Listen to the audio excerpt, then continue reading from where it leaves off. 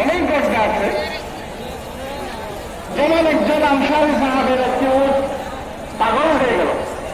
উট কি হয়ে গেল? পাগল হয়ে গেল, কেউ কাছে যেতে পারছে না।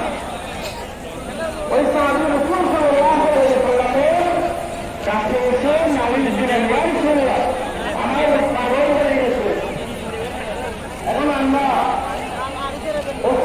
অসহায় উটের কাছে গিয়ে যেতে পারতেছে না। আল্লাহ রাসূল এই কথা শুনে ওই উটের কাছে যাওয়ার জন্য প্রস্তুতি নিলেন।